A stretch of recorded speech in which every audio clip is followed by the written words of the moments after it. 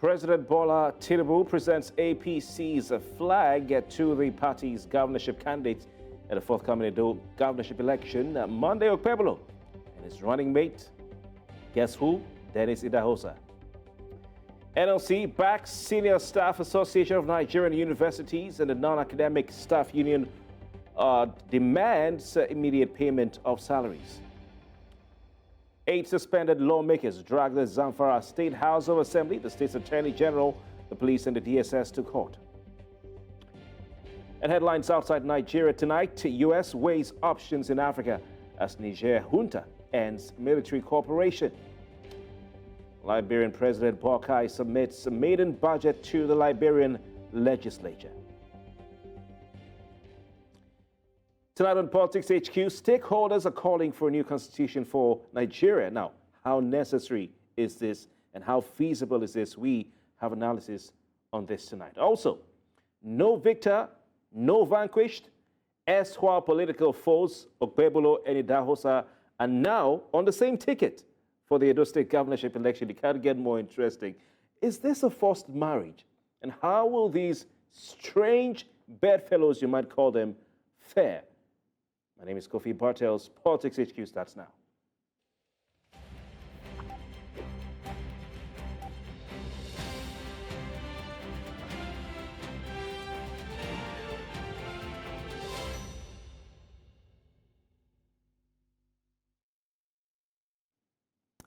You're welcome. What the organizers called a National Constitutional Dialogue was held today in honor of the late Professor Ben Nwabueze at the Nigerian Institute of International Affairs in Lagos. Nwabueze, who died on October 28, 2023 at the ripe age of 94 in Anambra State, was a renowned constitutional lawyer, an author, an academic, and a pioneer Secretary General of the pan-Igbo social culture organization, Ohanaeze Ndigbo. Now, the dialogue, titled Lawful Procedures for Actualizing a People's Constitution for Nigeria, was organized by the Patriots. The Patriots are a Pan-African or pan-Nigerian group of eminent national leaders of thought. It had in attendance several personalities. We have past and present public office holders, political stakeholders, and elder statesmen. Now, quite interestingly, Governor Babajide Sanwo-Olu of Lagos State gave perhaps what can be described, I would like to describe as the most powerful speech I have heard him give. He made a passionate case for federalism in Nigeria. Some will call it true federalism. We'll come to that later. Now, on his part, Chief Emeka Anyaoku, former Commonwealth Secretary General, has said the 1999 Constitution, as amended, lacks legitimacy of Nigerians. Also, we heard from the likes of Aminu Waziri Tambuwal, former governor of Sokoto State, former Speaker of the House of Representatives. Also, James Ibori, former governor of Delta State, spoke at that function. We'll have some more on this when we return. But I'm glad to say, as we proceed rather, but I'm glad to say we have joining us this evening to discuss this development, Segun Shomi, who is a public affairs analyst. He's with us in the studio. Segun Shomi, good evening to you. Thank you for your time. Nice to be here. Good evening. All right. Let's start this way. You know, we're talking about constitutional amendment for quite a while now. As far as you're concerned, is such a national dialogue on the Nigerian Constitution what the country needs at this time? Well, thank you very much. First of all, let me pay great obedience to Professor Nwabueze, because while he was here, he was one of those authorities in constitutional drafting and constitutional law. And to his credit, other nations have also, they borrowed him off us to help them create certain aspects of their constitution. For instance, Daniel Arap Moi of Kenya got him to convert their constitution from a single party, one party state to a multi-party democracy constitutionally. So that's an authority that we respect a lot. And may his soul rest in peace. You know, when people say their issue with the Constitution of Nigeria for time immemorial is that they say, it says we the people, and that because of that clause, we the people, which obviously they believe that it's the military that puts it in place, it therefore means that the Constitution is not legitimate and all that. I spend a lot of time reflecting on what that comment means, and I think that they're just romanticizing their position. The oldest constitution that was ever written in the world is the San Marino constitution of maybe 1600 or 1500. And I know that constitution was done by a few people, consisting of about 6 books joined together. That's the oldest we can find. And from then on, other constitutions. San Marino. Yes, San Marino. The island nation of San Marino. Yes. Amazing. Yeah, and the concern that everybody, the Nigerian nation at least, like to say they want to be like is the American constitution of something. And every time I hear them say, we the people, I'm always saying to myself that, first of all, the Nigerian army or the men that are members of the Nigerian army, are they not integral part of the Nigerian society in the real sense of the word? Then secondly, we never got the impression that military officers or people in the garrison sat down all by themselves and were putting whatever together. They may have been leading the process, but constitutional lawyers like Nwabueze and Rotimi Williams participated in the process that created the 1979 Constitution. Now, I get uncomfortable when I see that all sorts of suggestions almost beginning to give the impression that everything that is wrong or not happening well in the country is because the laws are not there. I don't agree with that. I think that for us to be sure that whatever romantic opinion we feel will happen when we do a referendum and gather everybody, I wonder how practical it is to get the opinion of 220 million people. Some selection will happen via some models. Whatever used to select it will still leave a large number of people in society not being captured. And then you ask yourself, what will that constitution do? If the issue is true federalism, I expect that within the framework of the present federal structure that we're running, you can unbundle some powers of the federal government from the exclusive list by a stroke of the pen, bring them in the concurrence. Are you saying that the 1999 Constitution need not necessarily be amended, but what we need not be changed, but what we need is constitutional amendment, maybe devotion of more powers? I think that those who are speaking with a lot of fecundity, big English on the Constitution, I think they don't know what they're saying. Okay. I think that even if you gave them the opportunity to go and rewrite it, they may find out that a great component of whatever it is that we're calling the Masterson Constitution that came into the 1979 Constitution, that came into the 1999 Constitution, that came into all the amendments as they've amended it will still remain same. You know, I love what you're saying because you're not speaking in a bandwagon manner. And you know, one of the questions I had to ask you, my 7th question was to say that some have argued, I personally argue that way, that Nigeria's problems will not be solved by simply creating a new constitution. And I've read through the constitution at least 2 times. And there are a lot of great provisions there, fantastic, provisions there. For instance, the Code of Conduct for Public Officers, which the politicians do not adhere to. So tell us some more about this. Okay. Your thoughts, your view. Okay, thank you. The other thing that I wanted to say quickly was the present structure we're running that involves statistics state, FCT, and some imaginary 6 zones.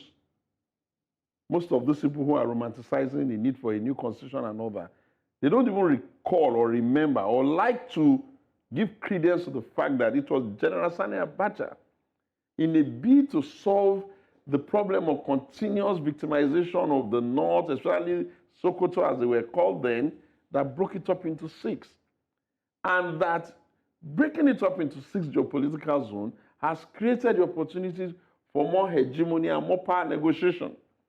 Until we did until we broke it into 6 geopolitical zones, every other person got frustrated in trying to be president except from the so-called large North.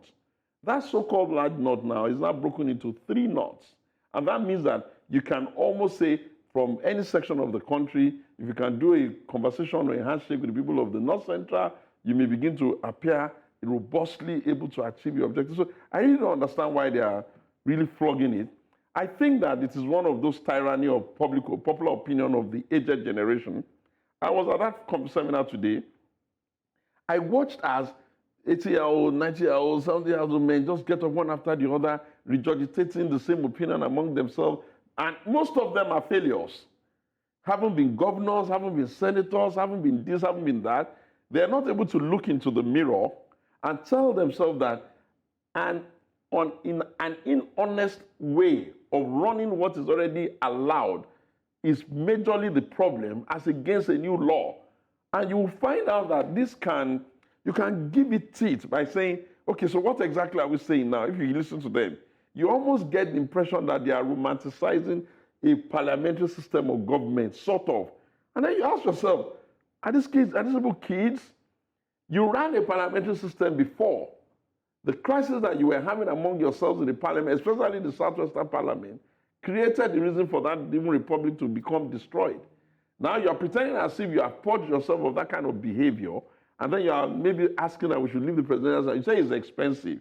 If it is expensive, can't you cut down the bills and the money you pay yourselves and all of that and make it a bit more, cheaper for us? So can you take us back to what you just said? Yes. The problems that were faced when Nigeria last had a parliamentary system. Yeah, if you remember very well, in the parliamentary system, it started with the Southwest here, where Awolowo and Akintola would have their issues on who is the premier, who is not the premier, go to leave the Privy Council and all of that, where it's here, the arguments around them. And before you knew what was happening, there was a patch in the country that ended up that process. And it was the same Nwabueze and co. probably thinking that it was smart to write, who wrote some kind of unitary system so that Nigeria could be a little bit closer. If you ask me, look at all of the states that we run, where in the imagination of the country, these are also governmental structures that can allow, if you like, far more homogeneous ethnic groups to arrange themselves. Have you seen them do equity there? The majority tribes in those big states have acted as though it is their exclusive right to produce leadership. Go to Benue, for instance. What would you expect? Whatever an Idoma man will say, it's going to be a tall order for him. Go to other locations. Come to Ogun. In Ogun, where I come from, we have a state that's going to be 50-year-old anytime from now, and one section of the state has never been, and it has almost become like a baton passing between certain sections. The point I'm making really is that nations have to accept even the accident of their bats. And when nations have been battered, nations must grapple with a futuristic desire for that nation to succeed. Leaders of nations cannot consistently insist that the only way their nation will be great is not by them putting in the work required today, improving it as they go along, but romanticizing the past, which they quarreled with at that time when it was being left. Interesting. You've talked about romanticizing, and I'll put even utopianism of sorts. This parliamentary system is quite an explosive system. We've seen in Italy, for instance, where sometimes they even struggle to maintain one prime minister for more than a year. We've seen in the UK where it's been explosive back-to-back changes in government. But I want to talk about something. You touched on the fact that most of those at the gatherings, the stakeholders and speakers, are people who've been there before. For instance, Aminu Waziri Tambola, who was the speaker, and he spoke at the event, but he was former speaker of the Nigerian Parliament. He was governor of Sokoto State and is currently a senator. We have the likes of Benga Daniel, former governor of Ogun State, Donald Duke, former governor of Cross River State, Kaide Fahimi, former Ekiti State governor, who was also minister in Buhari's cabinet, James Ibori, former governor of Delta State, Benga Daniel, former governor of Ogun State, Rotimi Amechi, former governor of River State, who was also minister, and of course, Rauf Agbeshola and Ibikola Amezu. So the list goes on. Now, can you now imagine you're having a conversation of patriots, and the people who will be the ones that have to believe and run with it into the future were totally absent. Who are these people you're talking about? People like me, people that are younger than me. Shouldn't we take the message and forget the messenger? No, you missed the point. You're going to have a conversation about the future of the people without the people that are going to be in that future. The past cannot be the only conversation of the future. How are we sure that, Donald Duke is not a patriot? Listen, you missed the point, really. I'm not saying Donald is too old or is too young. I am saying these are all men who have had their hands at the plow one way or the other. Their rap sheet is not exactly clean. You want to celebrate Nwabueze, which is all well and good. You could have left it at that. Once you wanted to start getting into the conversation of the future Nigerian government system, the future democracy, the idea of what kind of constitution we need, where are the young people? And the deceit there is that You don't even have the capability to get young people to line behind you once they are not at the table when the conversation is taking place. But someone needs to study. Did I say they shouldn't study? I'm just saying that you can't have that conversation outside the young people, because if you come and say you want to go, we the people, do you know what the population demography of this country is now? Yep. So anyway, my point is this. This country, again, never takes stocks of how well it has done. And it's painful. It's almost as if there's a psychosis that allows us to accept all the crooked data that comes from foreign agencies and makes us forget the fact that there was a certain number of kilometers of road we had in 1960. There's a certain kilometer you have now. There's a certain number of schools set in all of that. And you can't even look at Akwa Ibom, with due respect, and not feel hopeful about the Nigerian nation. Why? Because you ought to just go back to what Akwa Ibom was in 1999 and go and see what Akwa Ibom is today. Yeah. Akwa Ibom, with due respect to other states, is the reason why the Nigerian people can tell the world we have the ability to transform our life in a democracy. And it is the same law that they use for it. Well, so I think that, yes, they can write a memo to the president if they like, and they can call everybody around the table and tell them they want to change the system of government. I think it's a pipe dream. I think the National Assembly, as presently constituted, is robust enough to be able to seriously look at the issues that you're worried about.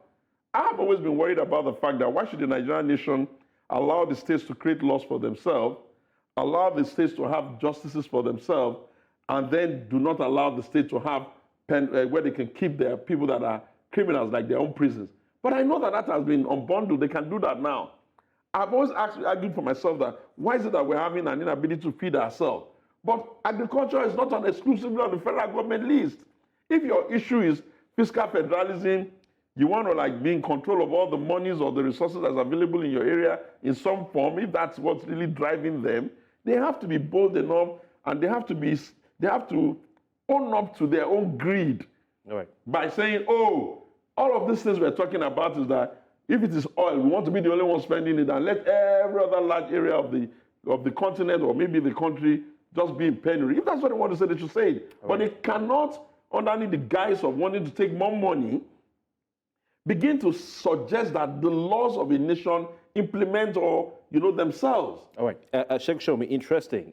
You haven't come here to be a bandwagon president. You have your own views on things and you stand by them. We'll be right back. We want to talk some more about this. Please stay with us. For those of you who are home watching, it's still Politics HQ. We'll be right back.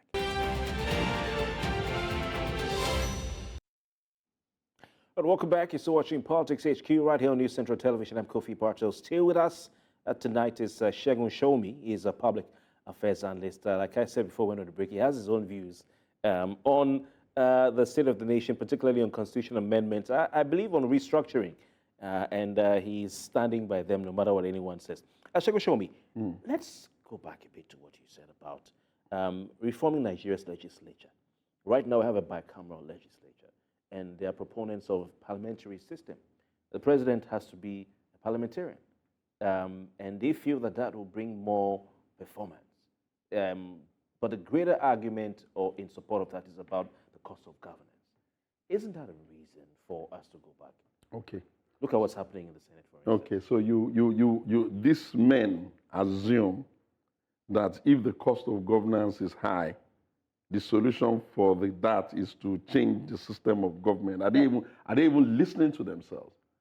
A more ideal way to approach it is to trim the pork.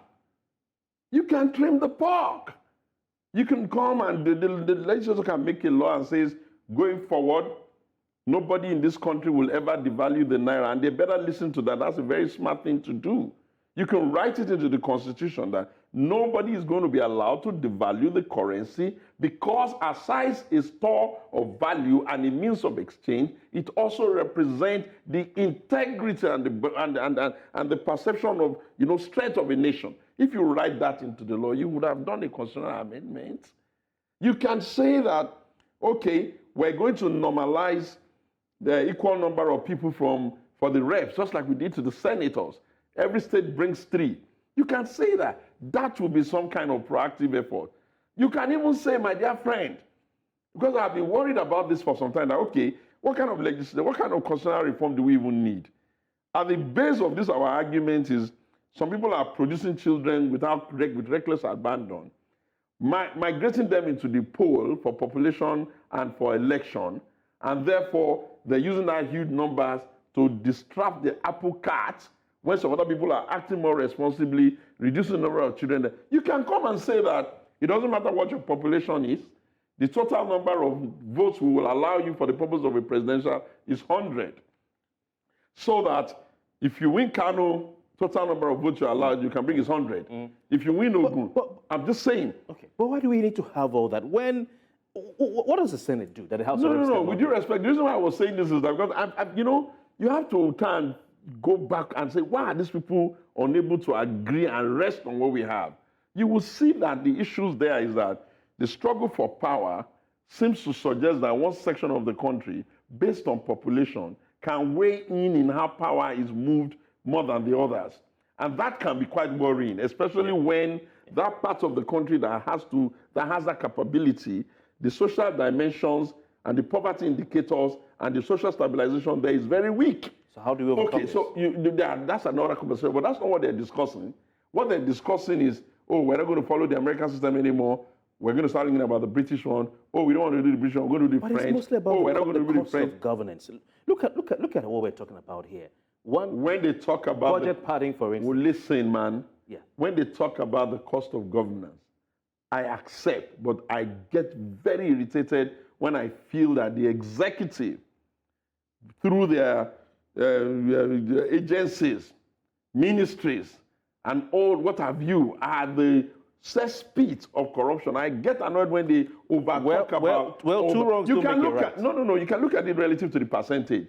For a person, I don't even understand why the federal government of Nigeria will be running an agenda that includes constitutional projects for lawmakers. It's not their duty. But it is always because, people are agitated, give them this. People are agitated. You throw money at everything. So now you have created a reason for them to be padding the budget by yourself because everybody wants to go back to his people and be distributing rice and things that ordinarily should not be their business. Okay. And then you are now complaining that they are padding it. If you don't want that anymore, cancel the constituency project. Okay, quickly. So that they know that they're only entitled to their salary, some research grant, and a few age. That's it. Very quickly, the Nigerian Constitution is said to be, and I've seen it, and I'm sure you'll agree, a document that gives you something with the left hand and takes it away with the right hand. I know you're tired of hearing that, but that's the truth. A document that places a lot of power in the hands of the president. A document that says we are going to give states X and takes it back in another section. There are a lot of inconsistencies and a lot of things that are clashing. You know, for a very poor workman, the tool of trade is always to blame. I haven't seen anywhere in the Constitution of Nigeria where states are not allowed to farm or to figure out how they're going to feed themselves. I've not seen anywhere in the Constitution of the Federal Republic of Nigeria where states are not allowed to do financial integrity and also do probing of their previous administration. I'm looking at one state now saying that somebody has not taken money when he's been asked to come and explain his tenor. Look, what I'm trying to tell you, my dear friend, is this. We have made some progress.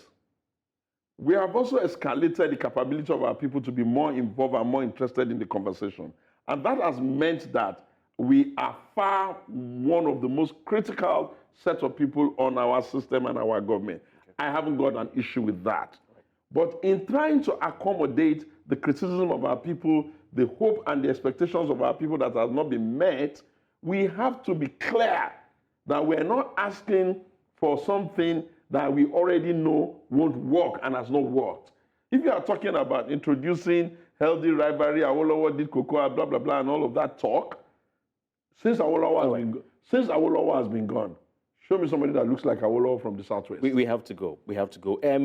The summary of what you're saying is that... No, the summary of what I'm saying is that I listened to Babajide Sanwo-Olu there. Yeah. And I think that with due respect to him, he needs to understand that there's nothing to be gained in shaming a particular section of the country to please your own people. I think that we have to thank everybody in the country.